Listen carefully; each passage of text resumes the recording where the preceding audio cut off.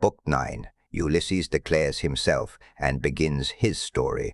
The Cicons, Lotophagi, and Cyclopes. And Ulysses answered, King Alcinous, it is a good thing to hear a bard with such a divine voice as this man has. There is nothing better or more delightful than when a whole people make merry together, with the guests sitting orderly to listen, while the table is loaded with bread and meats, and the cupbearer draws wine and fills his cup for every man. This is indeed as fair a sight as a man can see.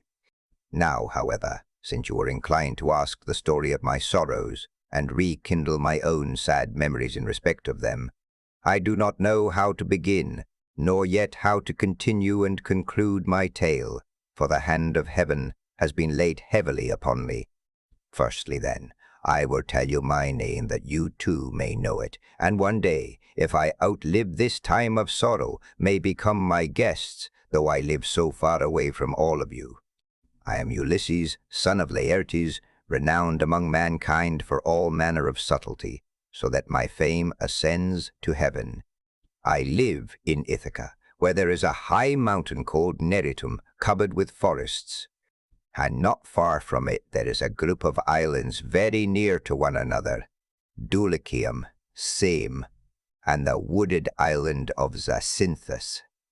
It lies squat on the horizon, all highest up in the sea, towards the sunset, while the others lie away from it, towards dawn. It is a rugged island, but it breeds brave men, and my eyes know none that they better love to look upon. The goddess Calypso kept me with her in her cave, and wanted me to marry her, as did also the cunning Aeaean goddess Circe. But they could neither of them persuade me, for there is nothing dearer to a man than his own country and his parents, and however splendid a home he may have in a foreign country, if it be far from father or mother, he does not care about it. Now, however, I will tell you of the many hazardous adventures which by Jove's will I met with on my return from Troy. When I had set sail thence, the wind took me first to Ismarus, which is the city of the Cicons. There I sacked the town, and put the people to the sword. We took their wives, and also much booty, which we divided equitably amongst us, so that none might have reason to complain.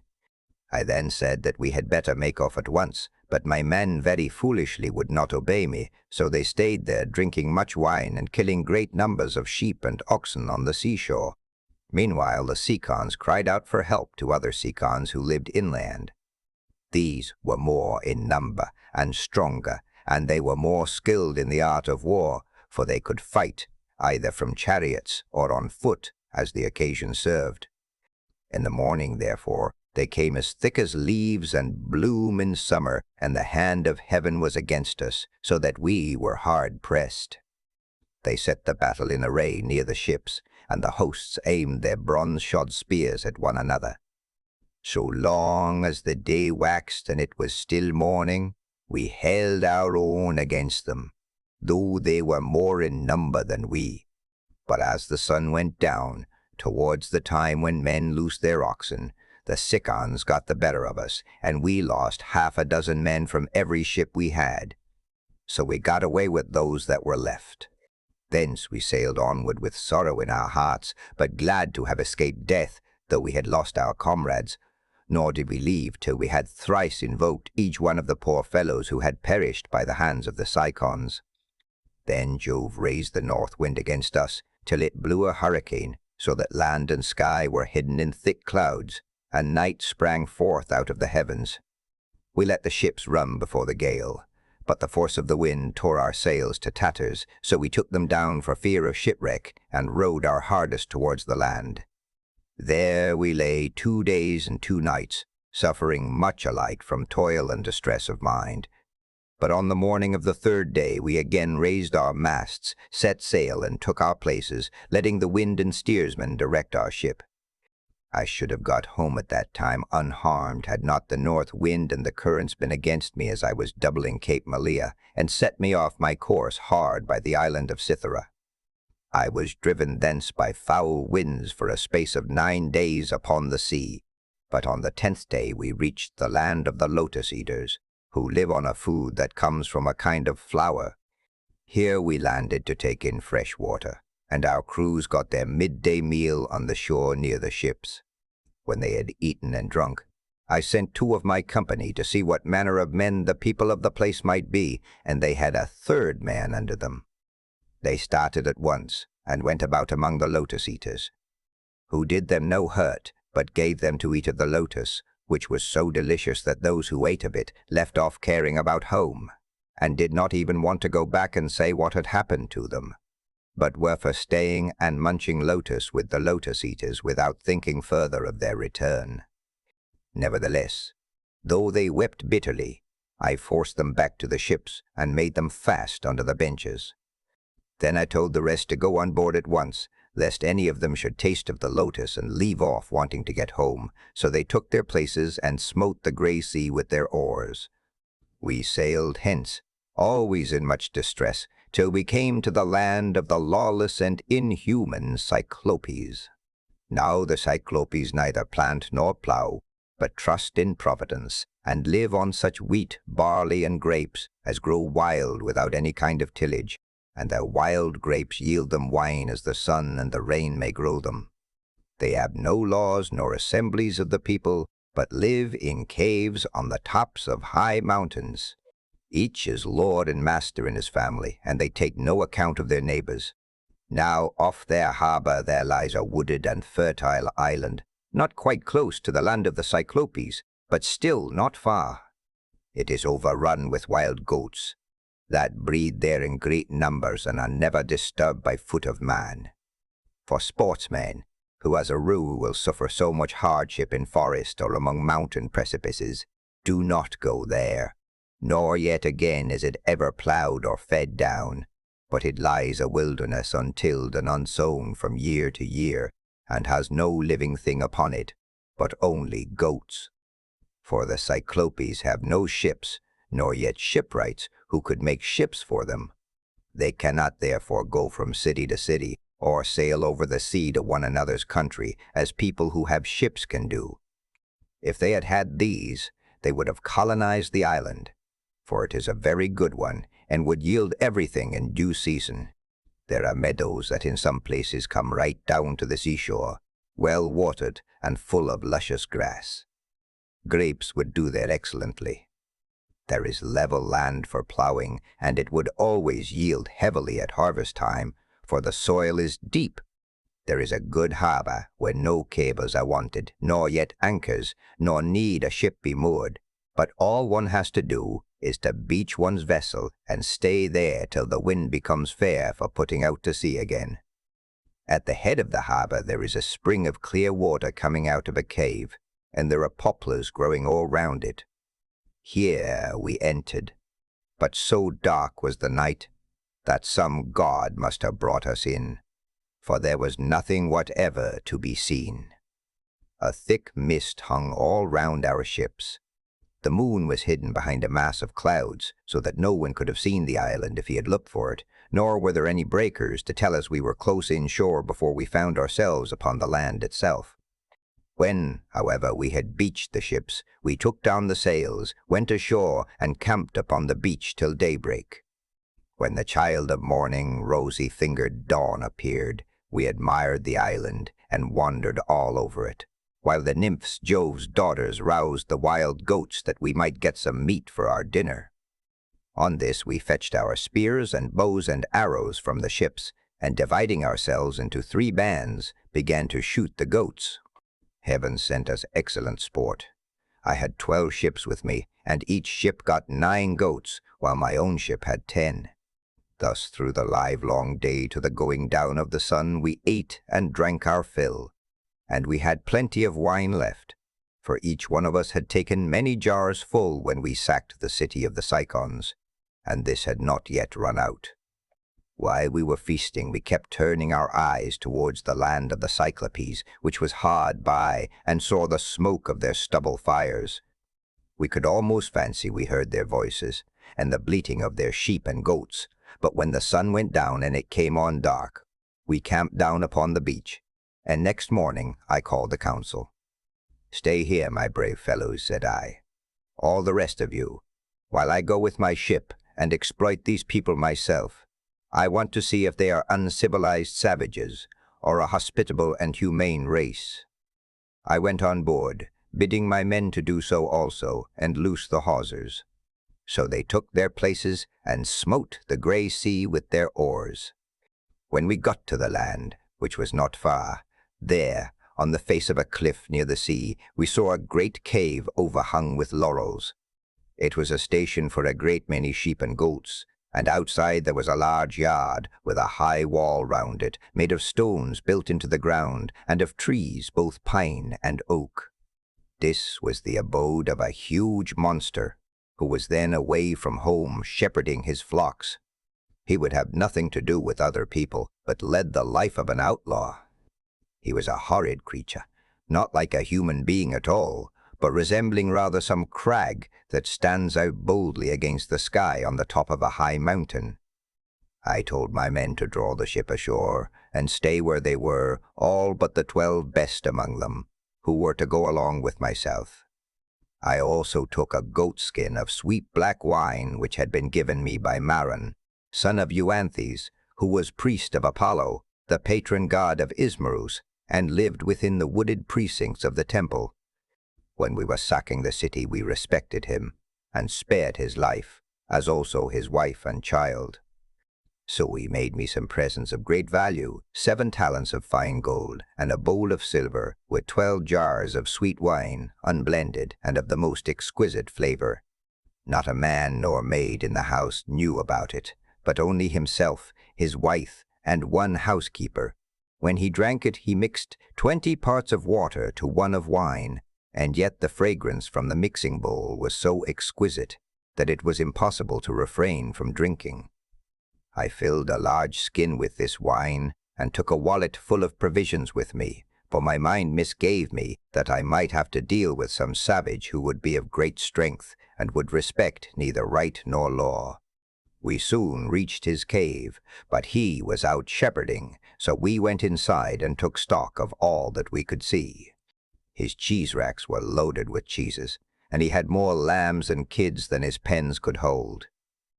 They were kept in separate flocks. First there were the hoggets, then the oldest of the younger lambs, and lastly the very young ones, all kept apart from one another. As for his dairy, all the vessels, bowls, and milk pails into which he milked were swimming with whey.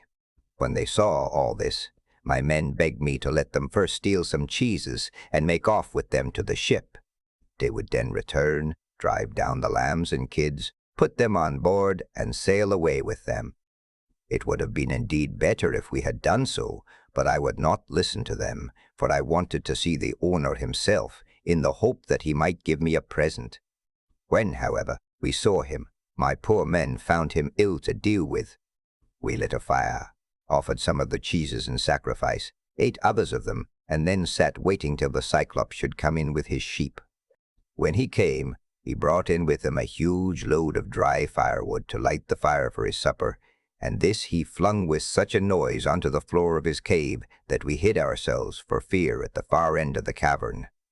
Meanwhile, he drove all the ewes inside, as well as the she-goats that he was going to milk, leaving the males, both rams and he-goats, outside in the yards.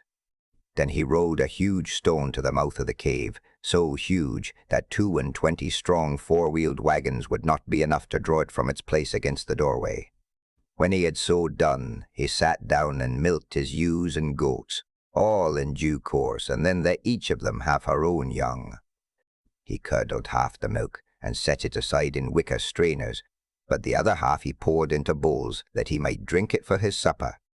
When he had got through with all his work, he lit the fire and then caught sight of us, whereon he said, "Strangers, who are you? Where do you sail from? Are you traders, or do you sail the sea as rovers, with your hands against every man, and every man's hand against you?" We were frightened out of our senses by his loud voice and monstrous form, but I managed to say, "We are Achaeans on our way home from Troy, but by the will of Jove and stress of weather we have been driven far out of our course. We are the people of Agamemnon, son of Atreus, who has won infinite renown throughout the whole world, by sacking so great a city and killing so many people. We therefore humbly pray you to show us some hospitality, and otherwise make us such presents as visitors may reasonably expect. May your excellency fear the wrath of heaven, for we are your suppliants, and Jove takes all respectable travelers under his protection, for he is the avenger of all suppliants and foreigners in distress. To this he gave me but a pitiless answer. Stranger, said he, you are a fool, or else you know nothing of this country. Talk to me indeed about fearing the gods or shunning their anger. We, Cyclopes, do not care about Jove or any of your blessed gods, for we are ever so much stronger than they. I shall not spare either yourself or your companions out of any regard for Jove, unless I am in the humor for doing so. And now tell me where you made your ship fast when you came on shore. Was it round the point, or is she lying straight off the land? He said this to draw me out, but I was too cunning to be caught in that way, so I answered with a lie. Neptune, said I, sent my ship on to the rocks at the far end of your country, and wrecked it. We were driven on to them from the open sea, but I and those who are with me escaped the jaws of death. The cruel wretch vouchsafed me not one word of answer, but with a sudden clutch he gripped up 2 of my men at once, and dashed them down upon the ground as though they had been puppies. Their brains were shed upon the ground, and the earth was wet with their blood. Then he tore them limb from limb and supped upon them. He gobbled them up like a lion in the wilderness, flesh, bones, marrow, and entrails, without leaving anything uneaten. As for us, we wept and lifted up our hands to heaven on seeing such a horrid sight, for we did not know what else to do. But when the Cyclops had filled his huge paunch, and had washed down his meal of human flesh with a drink of neat milk, he stretched himself full length upon the ground among his sheep, and went to sleep. I was at first inclined to seize my sword, draw it, and drive it into his vitals, but I reflected that if I did, we should all certainly be lost, for we should never be able to shift the stone which the monster had put in front of the door. So we stayed sobbing and sighing where we were till morning came. When the child of morning, rosy-fingered dawn, appeared, he again lit his fire, milked his goats and ewes, all quite rightly, and then let each have her own young one. As soon as he had got through with all his work, he clutched up 2 more of my men, and began eating them for his morning's meal. Presently, with the utmost ease, he rolled the stone away from the door and drove out his sheep. But he at once put it back again, as easily as though he were merely clapping the lid onto a quiver full of arrows. As soon as he had done so, he shouted and cried, "Shoo! Shoo!" after his sheep to drive them on to the mountain. So I was left to scheme some way of taking my revenge and covering myself with glory. In the end, I deemed it would be the best plan to do as follows. The Cyclops had a great club which was lying near one of the sheep pens. It was of green olive wood, and he had cut it, intending to use it for a staff as soon as it should be dry. It was so huge that we could only compare it to the mast of a 20-oared merchant vessel of large burden and able to venture out into open sea. I went up to this club and cut off about 6 feet of it. I then gave this piece to the men and told them to fine it evenly off at one end, which they proceeded to do, and lastly I brought it to a point myself, charring the end in the fire to make it harder. When I had done this, I hid it under dung, which was lying about all over the cave, and told the men to cast lots which of them should venture along with myself to lift it and bore it into the monster's eye while he was asleep. The lot fell upon the very 4 whom I should have chosen, and I myself made 5. In the evening, the wretch came back from shepherding, and drove his flocks into the cave, this time driving them all inside, and not leaving any in the yards. I suppose some fancy must have taken him, or a god must have prompted him to do so. As soon as he had put the stone back to its place against the door, he sat down, milked his ewes and his goats all quite rightly, and then let each have her own young one. When he had got through with all this work, he gripped up 2 more of my men and made his supper off them. So I went up to him with an ivywood bowl of black wine in my hands. "Look here, Cyclops," said I, "you have been eating a great deal of man's flesh, so take this and drink some wine, that you may see what kind of liquor we had on board my ship. I was bringing it to you as a drink offering, in the hope that you would take compassion upon me and further me on my way home, whereas all you do is to go on ramping and raving most intolerably. You ought to be ashamed of yourself. How can you expect people to come see you any more if you treat them in this way?" He then took the cup and drank.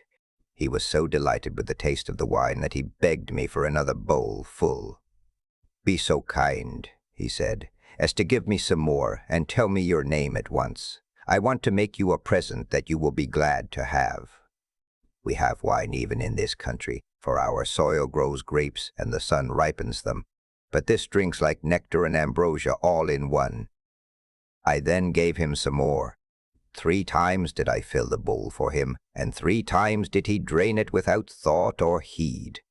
Then, when I saw that the wine had got into his head, I said to him as plausibly as I could, "Cyclops, you ask my name, and I will tell it you.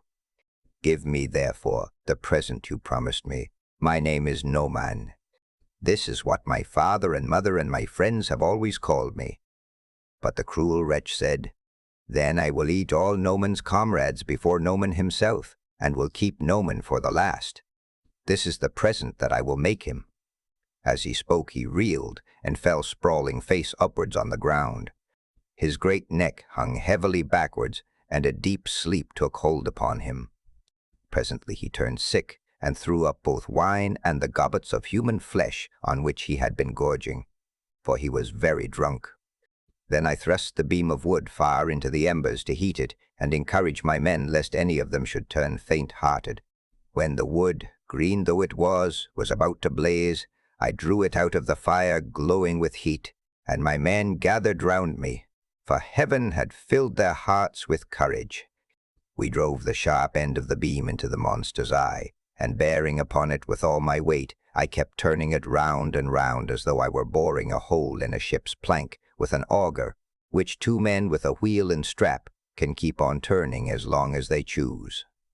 Even thus did we bore the red-hot beam into his eye, till the boiling blood bubbled all over it as we worked it round and round, so that the steam from the burning eyeballs scalded his eyelids and eyebrows, and the roots of the eye sputtered in the fire.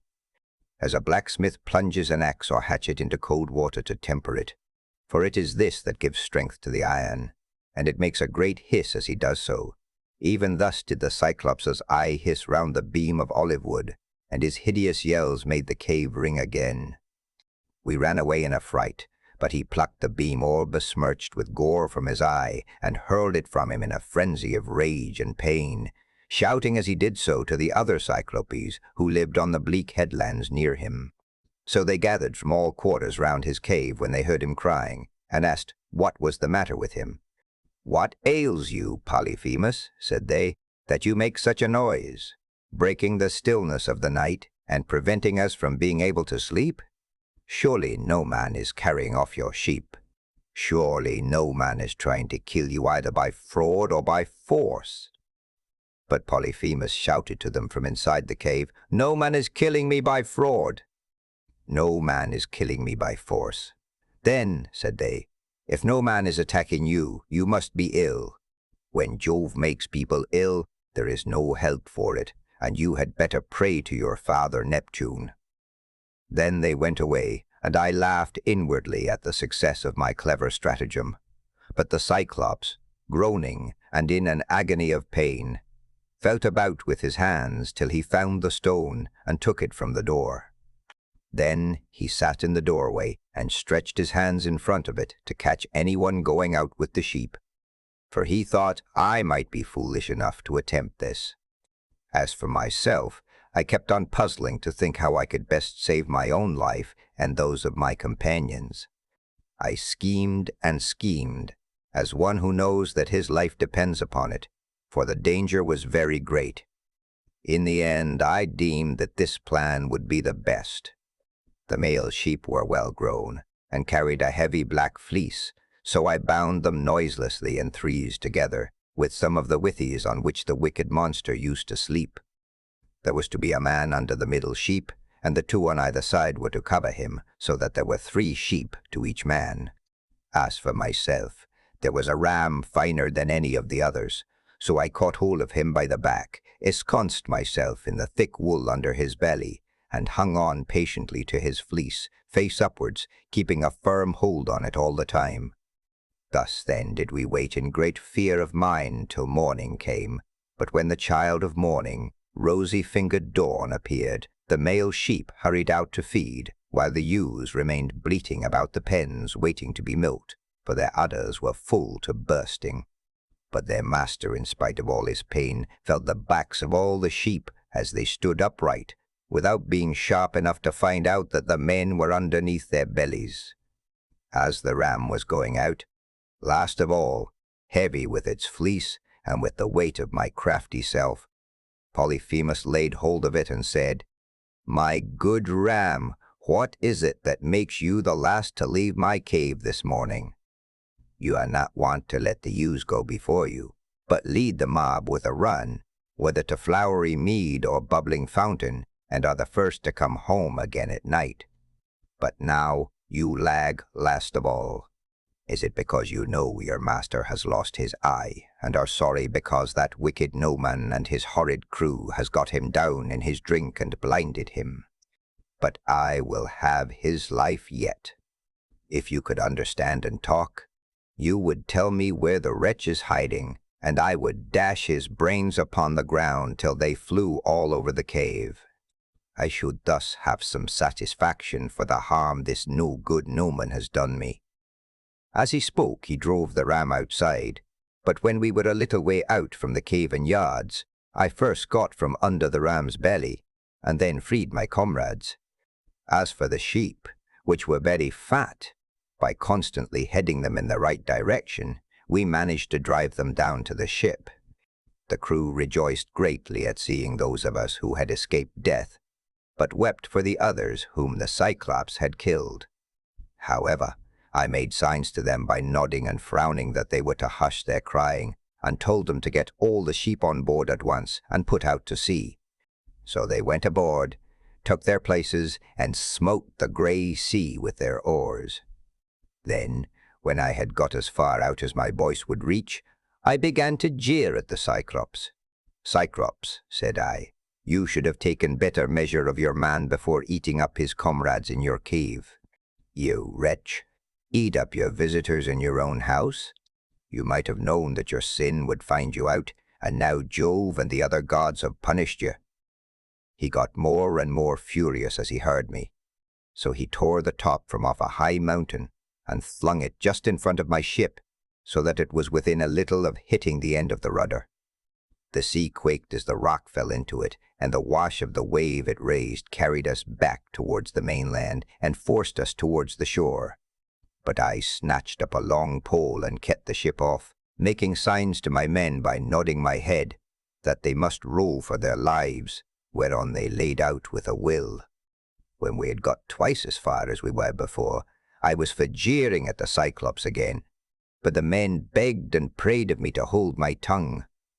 "Do not," they exclaimed, "be mad enough to provoke this savage creature further. He has thrown one rock at us already, which drove us back again to the mainland, and we made sure it had been the death of us. If he had then heard any further sound of voices, he would have pounded our heads and our ship's timbers into a jelly with the rugged rocks he would have heaved at us, for he can throw them a long way." But I would not listen to them, and shouted out to him in my rage, "Cyclops, if anyone asks you who it was that put your eye out and spoiled your beauty, say it was the valiant warrior Ulysses, son of Laertes, who lives in Ithaca." On this he groaned and cried out, "Alas! Alas! Then the old prophecy about me is coming true. There was a prophet here, at one time, a man both brave and of great stature, Telemus, son of Eurymus, who was an excellent seer, and did all the prophesying for the Cyclopes till he grew old. He told me that all this would happen to me someday, and said I should lose my sight by the hand of Ulysses. I have been all along expecting someone of imposing presence and superhuman strength, whereas he turns out to be a little insignificant weakling who has managed to blind my eye by taking advantage of me and my drink. Come here then, Ulysses, that I may make you presents to show my hospitality, and urge Neptune to help you forward on your journey, for Neptune and I are father and son. He, if he so will, shall heal me, which no one else, neither god nor man, can do. Then I said, I wish I could be as sure of killing you outright and sending you down to the house of Hades, as I am that it will take more than Neptune to cure that eye of yours. On this he lifted up his hands to the firmament of heaven and prayed, saying, Hear me, great Neptune. If I am indeed your own true begotten son, grant that Ulysses may never reach his home alive. Or, if he must get back to his friends at last, let him do so late and in sore plight after losing all his men. Book 10, Aeolus, the Lastrygones, Circe. Thence we went on to the Aeolian island where lives Aeolus, son of Hippotas, dear to the immortal gods. It is an island that floats, as it were, upon the sea, iron bound with a wall that girds it. Now, Aeolus has 6 daughters and 6 lusty sons, so he made the sons marry the daughters, and they all live with their dear father and mother, feasting and enjoying every conceivable kind of luxury. All day long the atmosphere of the house is loaded with the savor of roasting meats till it groans again, yard and all. But by night they sleep on their well-made bedsteads, each with his own wife between the blankets. These were the people among whom we had now come. Aeolus entertained me for a whole month, asking me questions all the time about Troy, the Argive fleet, and the return of the Achaeans. I told him exactly how everything had happened, and when I said I must go and asked him to further me on my way, he made no sort of difficulty, but set about doing so at once. Moreover, he flayed me a prime ox hide to hold the ways of the roaring winds, which he shut up in the hide as in a sack. For Jove had made him captain over the winds, and he could stir or still each one of them according to his own pleasure. He put the sack in the ship and bound the mouth so tightly with a silver thread that not even a breath of a side wind could blow from any quarter. The west wind, which was fair for us, did he alone let blow as it chose. But it all came to nothing, for we were lost through our own folly. 9 days and 9 nights did we sail, and on the 10th day our native land showed on the horizon. We got so close in that we could see the stubble fires burning, and I, being then dead beat, fell into a light sleep, for I had never let the rudder out of my own hands, that we might get home the faster. On this, the men fell to talking among themselves, and said I was bringing back gold and silver in the sack that Aeolus had given me. Bless my heart, would one turn to his neighbor, saying, how this man gets honored and makes friends to whatever city or country he may go. See what fine prizes he is taking home from Troy, while we, who have traveled just as far as he has, come back with hands as empty as we set out with, and now Aeolus has given him ever so much more. Quick, let us see what it all is, and how much gold and silver there is in the sack he gave him. Thus they talked, and evil counsels prevailed. They loosed the sack, whereupon the wind flew howling forth, and raised a storm that carried us weeping out to sea, and away from our own country. Then I awoke, and knew not whether to throw myself into the sea, or to live on and make the best of it. But I bore it, covered myself up, and lay down in the ship, while the men lamented bitterly as the fierce winds bore our fleet back to the Aeolian island. When we reached it, we went ashore to take in water, and dined hard by the ships. Immediately after dinner, I took a herald and one of my men, and went straight to the house of Aeolus, where I found him feasting with his wife and family. So we sat down as suppliants on the threshold. They were astounded when they saw us and said, Ulysses, what brings you here? What god has been ill-treating you? We took great pains to further you on your way home to Ithaca, or wherever it was that you wanted to go to." Thus did they speak. But I answered sorrowfully, "My men have undone me. They and cruel sleep have ruined me. My friends, mend me this mischief, for you can, if you will." I spoke as movingly as I could, but they said nothing, till their father answered, "Vilest of mankind, get you gone at once out of the island. Him whom heaven hates will I in no wise help. Be off, for you come here as one abhorred of heaven." And with these words he sent me sorrowing from his door. Thence we sailed sadly on, till the men were worn out with long and fruitless rowing, for there was no longer any wind to help them. 6 days, night and day, did we toil, and on the 7th day we reached the rocky stronghold of Lemnos, Telepolis, the city of the Laestrygonians, where the shepherd who is driving in his sheep and goats salutes him who is driving out his flock, and this last answers the salute. In that country a man who could do without sleep might earn double wages, one as a herdsman of cattle, and another as a shepherd, for they work much the same by night as they do by day. When we reached the harbour, we found it landlocked under steep cliffs, with a narrow entrance between 2 headlands. My captains took all their ships inside and made them fast close to one another, for there was never so much as a breath of wind inside, but it was always dead calm. I kept my own ship outside and moored it to a rock at the very end of the point. Then I climbed a high rock to reconnoiter, but could see no sign, neither of man nor cattle, only some smoke rising from the ground.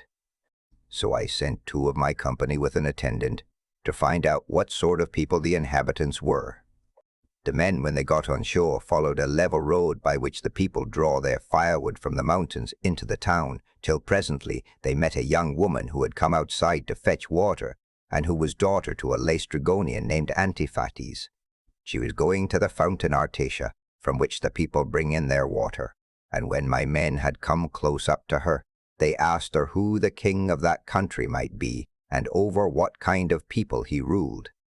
So she directed them to her father's house, but when they got there they found his wife to be a giantess as huge as a mountain, and they were horrified at the sight of her. She at once called her husband Antiphates from the place of assembly, and forthwith he set about killing my men. He snatched up one of them and began to make his dinner off him then and there, whereon the other 2 ran back to the ships as fast as ever they could. But Antiphates raised a hue and cry after them, and thousands of sturdy Laestrygonians sprang up from every quarter, ogres, not men. They threw vast rocks at us from the cliffs, as though they had been mere stones, and I heard the horrid sound of the ships crunching up against one another, and the death cries of my men, as the Laestrygonians speared them like fishes, and took them home to eat them. While they were thus killing my men within the harbour, I drew my sword, cut the cable of my own ship, and told my men to row with all their might if they too would not fare like the rest. So they laid out for their lives, and we were thankful enough when we got into open water out of reach of the rocks they hurled at us. As for the others, there was not one of them left. Thence we sailed sadly on, glad to have escaped death, though we had lost our comrades, and came to the Aeaean island, where Circe lives, a great and cunning goddess who is own sister to the magician Aeates, for they are both children of the sun by Perse, who is daughter to Oceanus.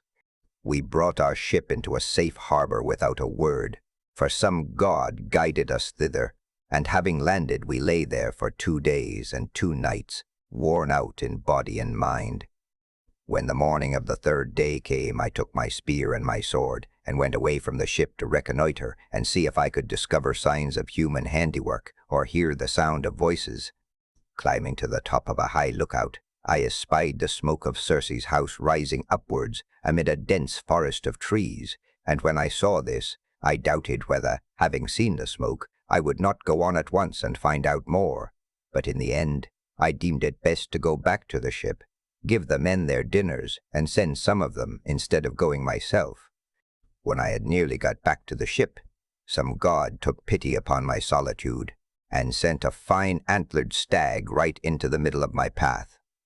He was coming down his pasture in the forest to drink of the river, for the heat of the sun drove him, and as he passed I struck him in the middle of the back. The bronze point of the spear went clean through him, and he lay groaning in the dust until the life went out of him. Then I set my foot upon him, drew my spear from the wound, and laid it down. I also gathered rough grass and rushes and twisted them into a fathom or so of good stout rope, with which I bound the 4 feet of the noble creature together. Having so done, I hung him round my neck, and walked back to the ship, leaning upon my spear, for the stag was much too big for me to be able to carry him on my shoulder, steadying him with one hand. As I threw him down in front of the ship, I called the men, and spoke cheeringly, man by man, to each of them. "Look here, my friends," said I, "we are not going to die so much before our time after all, and at any rate we will not starve so long as we have got something to eat and drink on board." On this they uncovered their heads upon the seashore, and admired the stag, for he was indeed a splendid fellow. Then, when they had feasted their eyes upon him sufficiently, they washed their hands, and began to cook him for dinner. Thus through the livelong day to the going down of the sun, we stayed there eating and drinking our fill. But when the sun went down and it came on dark, we camped upon the seashore. When the child of morning, rosy-fingered dawn, appeared, I called a council and said, "My friends, we are in very great difficulties. Listen, therefore, to me. We have no idea where the sun either sets or rises, so that we do not even know east from west. I see no way out of it. Nevertheless, we must try and find one. We are certainly on an island, for I went as high as I could this morning and saw the sea reaching all round it to the horizon. It lies low, but towards the middle I saw smoke rising from out of a thick forest of trees."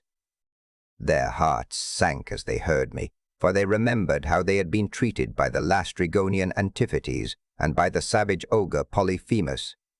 They wept bitterly in their dismay, but there was nothing to be got by crying, so I divided them into 2 companies and set a captain over each. I gave 1 company to Eurylochus, while I took command of the other myself. Then we cast lots in a helmet, and the lot fell upon Eurylochus. So he set out with his 22 men, and they wept, as also did we who were left behind. When they reached Circe's house, they found it built of cut stones, on a site that could be seen from far, in the middle of the forest. There were wild mountain wolves and lions prowling all round it, poor bewitched creatures whom she had tamed by her enchantments and drugged into subjection. They did not attack my men, but wagged their great tails, fawned upon them, and rubbed their noses lovingly against them. As hounds crowd round their master when they see him coming from dinner, for they know he will bring them something, even so did these wolves and lions with their great claws fawn upon my men, but the men were terribly frightened at seeing such strange creatures. Presently they reached the gates of the goddess's house, and as they stood there they could hear Circe within, singing most beautifully as she worked at her loom, making a web so fine, so soft, and of such dazzling colors as no one but a goddess could weave.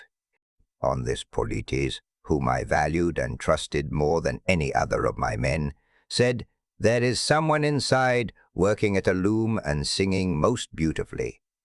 The whole place resounds with it. Let us call her, and see whether she is woman or goddess." They called her, and she came down, unfastened the door, and bade them enter. They, thinking no evil, followed her, all except Eurylochus, who suspected mischief and stayed outside. When she had got them into her house, she set them upon benches and seats and mixed them a mess with cheese, honey, meal, and Pramnian wine, but she drugged it with wicked poisons to make them forget their homes, and when they had drunk she turned them into pigs by a stroke of her wand, and shut them up in her pigsties.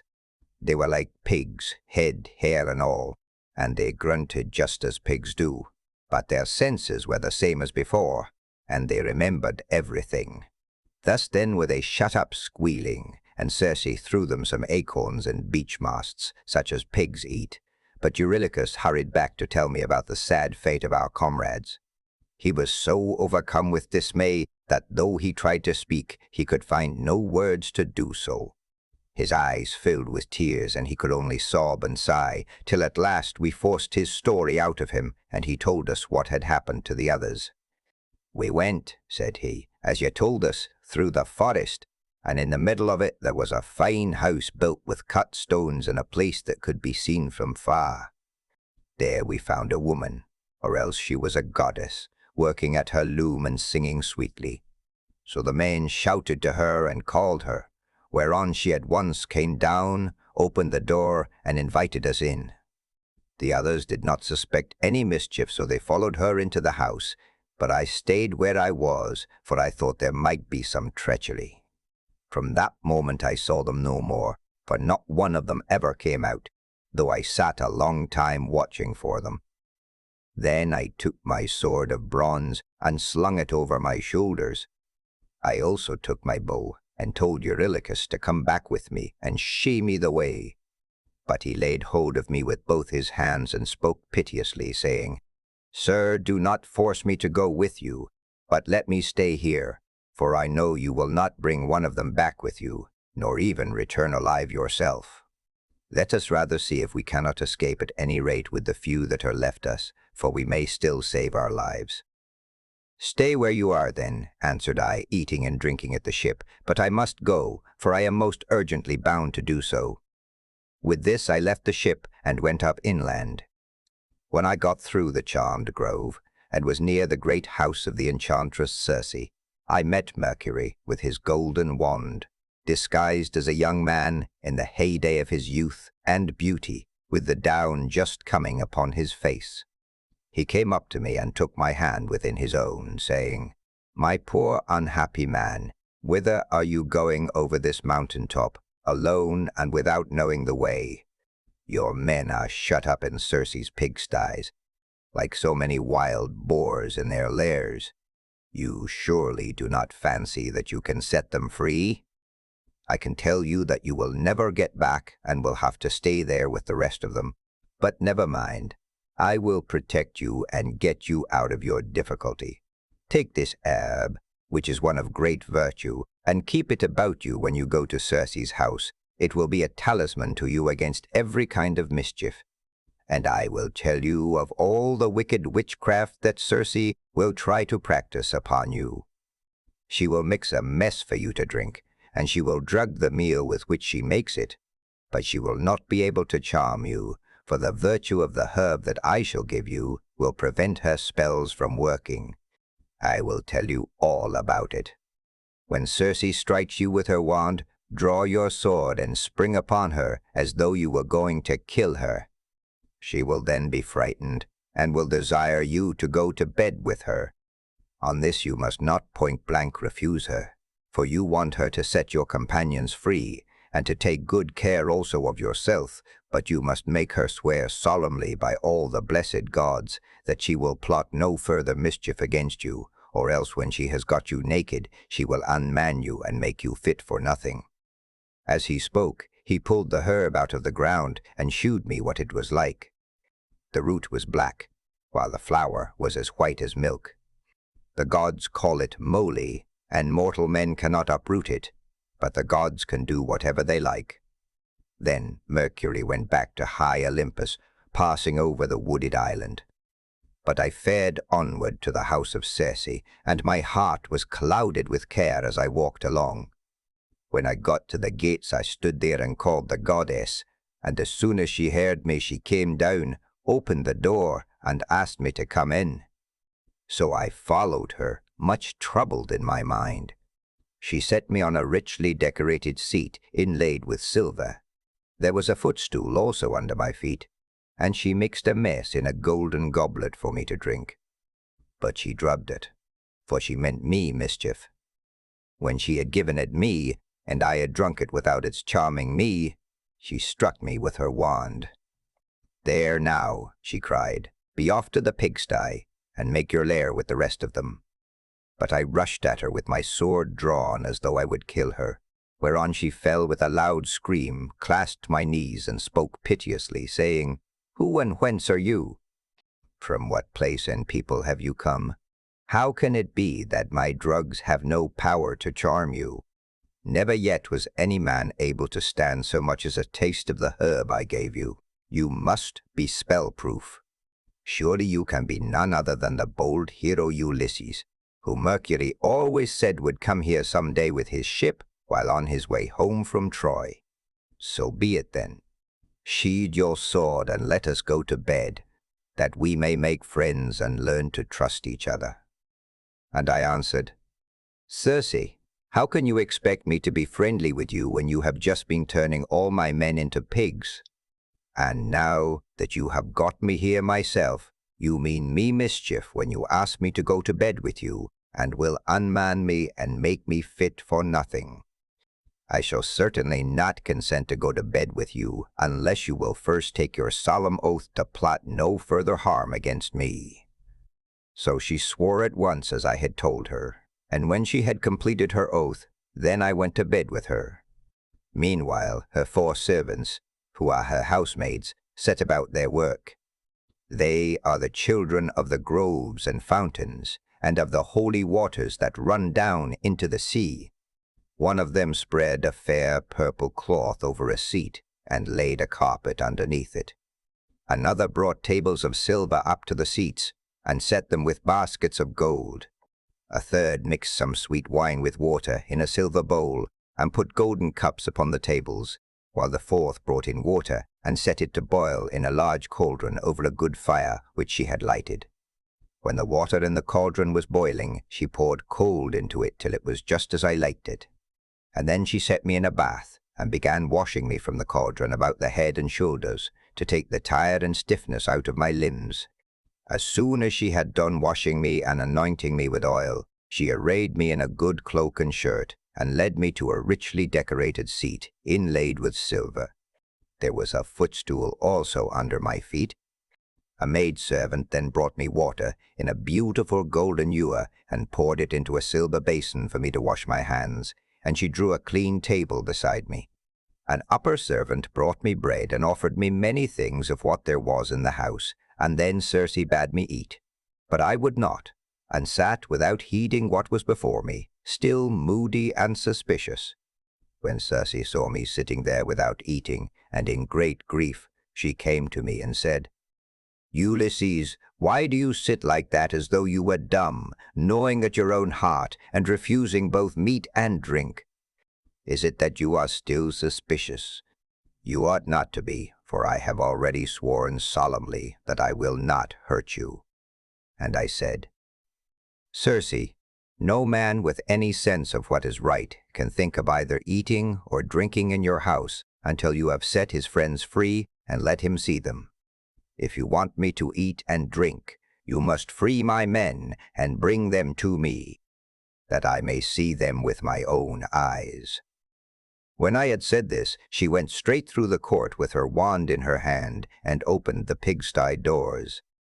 My men came out like so many prime hogs, and stood looking at her, but she went about among them, and anointed each with a second drug, whereon the bristles that the bad drug had given them fell off, and they became men again, younger than they were before, and much taller and better looking.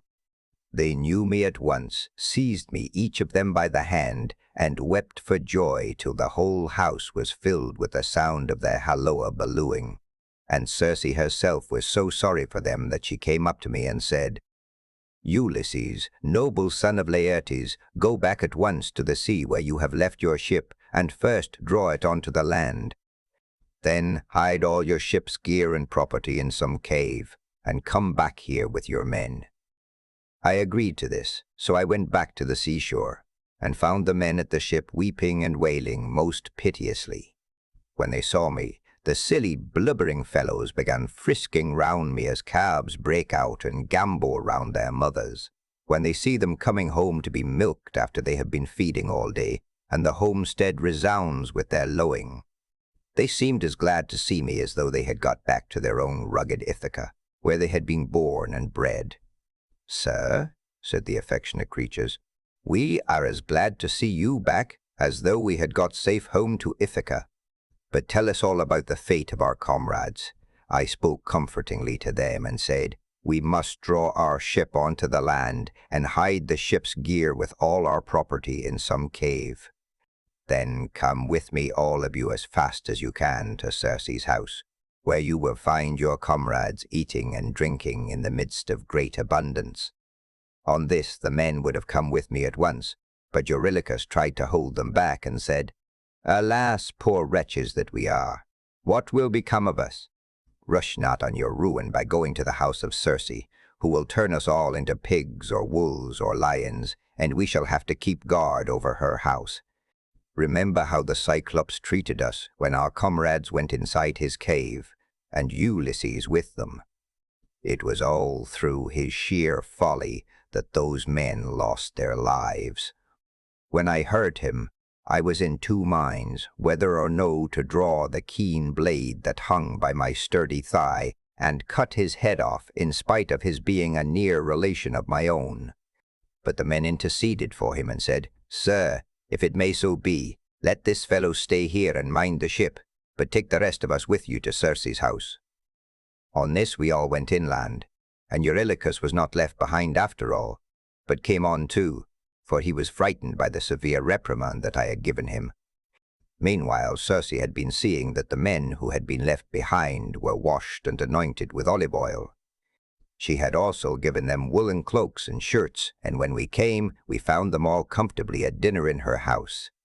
As soon as the men saw each other face to face and knew one another, they wept for joy and cried aloud till the whole palace rang again. Thereon Circe came up to me and said, "Ulysses, noble son of Laertes, tell your men to leave off crying. I know how much you have, all of you, suffered at sea, and how ill you have fared among cruel savages on the mainland. But that is over now, so stay here, and eat and drink, till you are once more as strong and hearty as you were when you left Ithaca. For at present you are weakened both in body and mind. You keep all the time thinking of the hardships you have suffered during your travels, so that you have no more cheerfulness left in you."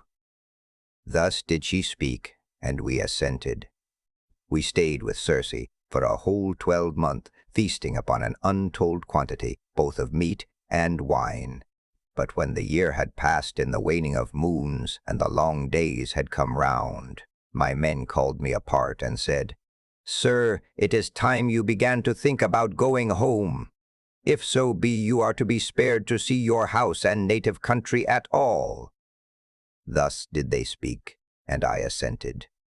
Thereon, through the livelong day to the going down of the sun, we feasted our fill on meat and wine.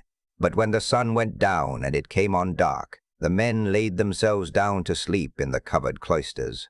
I, however, after I had got into bed with Circe, besought her by her knees, and the goddess listened to what I had got to say. "Circe," said I, "please to keep the promise you made me about furthering me on my homeward voyage. I want to get back, and so do my men. They are always pestering me with their complaints as soon as ever your back is turned." And the goddess answered, "Ulysses, noble son of Laertes, you shall none of you stay here any longer if you do not want to, but there is another journey which you have got to take before you can sail homewards. You must go to the house of Hades and of dread Proserpine to consult the ghost of the blind Theban prophet Tiresias, whose reason is still unshaken. To him alone has Proserpine left his understanding even in death. But the other ghosts flit about aimlessly." I was dismayed when I heard this. I sat up in bed and wept, and would gladly have lived no longer to see the light of the sun. But presently, when I was tired of weeping and tossing myself about, I said, "And who shall guide me upon this voyage? For the house of Hades is a port that no ship can reach." "You will want no guide," she answered. "Raise your mast, set your white sails, sit quite still, and the north wind will blow you there of itself. When your ship has traversed the waters of Oceanus, you will reach the fertile shore of Proserpine's country, with its groves of tall poplars and willows that shed their fruit untimely. Here beach your ship upon the shore of Oceanus, and go straight on to the dark abode of Hades. You will find it near the place where the rivers Pyriphlegethon and Cocytus, which is a branch of the river Styx, flow into Acheron, and you will see a rock near it, just where the two roaring rivers run into one another. When you have reached this spot, as I now tell you, dig a trench a cubit or so in length, breadth, and depth, and pour into it as a drink offering to all the dead. First, honey mixed with milk, then wine, and in the third place, water, sprinkling white barley meal over the whole. Moreover, you must offer many prayers to the poor feeble ghosts, and promise them that when you get back to Ithaca you will sacrifice a barren heifer to them, the best you have, and will load the pyre with good things. More particularly, you must promise that Tiresias shall have a black sheep all to himself, the finest in all your flocks.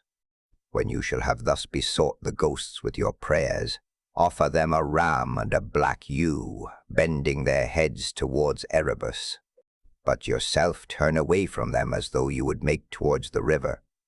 On this, many dead men's ghosts will come to you, and you must tell your men to skin the 2 sheep that you have just killed, and offer them as a burnt sacrifice, with prayers to Hades and to Proserpine.